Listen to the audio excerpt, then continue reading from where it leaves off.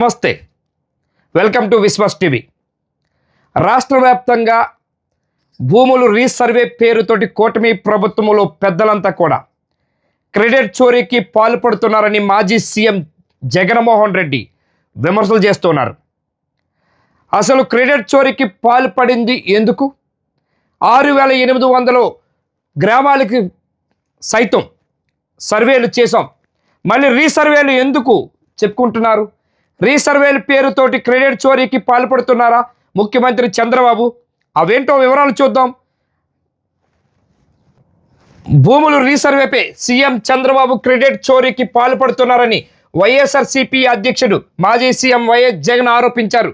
వైఎస్ఆర్సీపీ హయాంలో రీసర్వే ప్రారంభించి 6800 గ్రామాల్లో పూర్తి చేయగా దాన్ని చంద్రబాబు తన ఖాతాలో వేసుకుంటున్నారని ఆక్షేపించారు.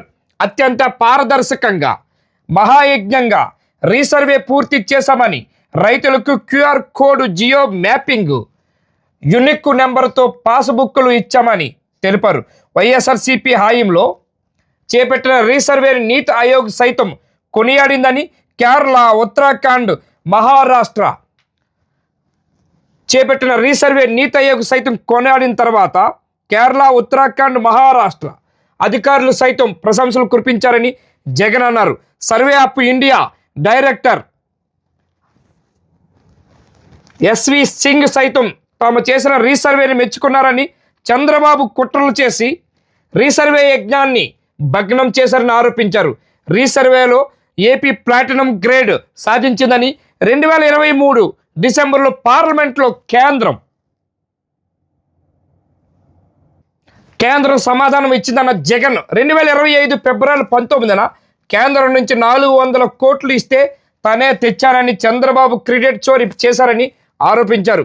ఎన్నికల ముందు రీసర్వేపై తప్పుడు ప్రకటనలు ఫోన్ చేసి ప్రజలను తప్పుదోవ పట్టించారని, అధికారంలోకి వచ్చాక రీసర్వేపై చంద్రబాబు పూర్తిగా యూటర్న్ ఎందుకు తీసుకున్నారో చెప్పాలని ప్రశంసించారు. భూములు రీసర్వేపై సీఎం చంద్రబాబు క్రెడిట్ చోరీకి పాల్పడుతున్నారు. ఎన్నికల ముందు భూములు రీసర్వేపై ప్రజలని తప్పుదోవ పట్టించి అధికారంలోకి వచ్చాక యూటర్న్ ఎందుకు తీసుకున్నారో చెప్పాలని జగన్ అన్నారు. మా ప్రభుత్వ హయాంలో రైతులకు QR code, geo mapping, unique నెంబర్తో పాస్బుక్లు ఇచ్చామని, మేము చేసిన రీసర్వే నీతి ఆయోగ్తో పాటు అన్నీ కూడా మా మీద ప్రశంసలు కురిపించిన రోజులు కూడా ఉన్నాయి. 2023లో నీతి ఆయోగ్ కూడా స్వయంగా చెప్పింది, జగన్మోహన్ రెడ్డి ప్రభుత్వం పనితీరు బాగుంది, సర్వేలో బ్రహ్మాండంగా చేసిందని చెప్పి మొత్తం 3 రాష్ట్రాల నుంచి కూడా ఒక మంచి ప్రశంసలు కూడా వచ్చింది. అట్లాంటిది రీసర్వే పేరు చెప్పుకొని క్రెడిట్ చోరీకి పాల్పడడం ఎంతవరకు తగుదు అని మాజీ సీఎం చంద్రబాబుపై విమర్శలు చేశారు. Thank you.